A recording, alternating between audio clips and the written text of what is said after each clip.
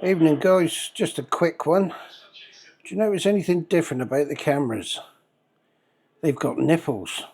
I bought myself some of these. These are the rubber buffers that I don't know, there's loads of things you can use them for.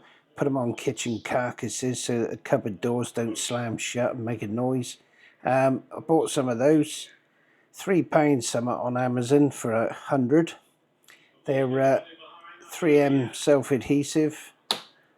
And I've stuck them on the buttons because I have a nightmare trying to find the buttons when I've got my winter gloves on. So the power button and the record button, just stick them on.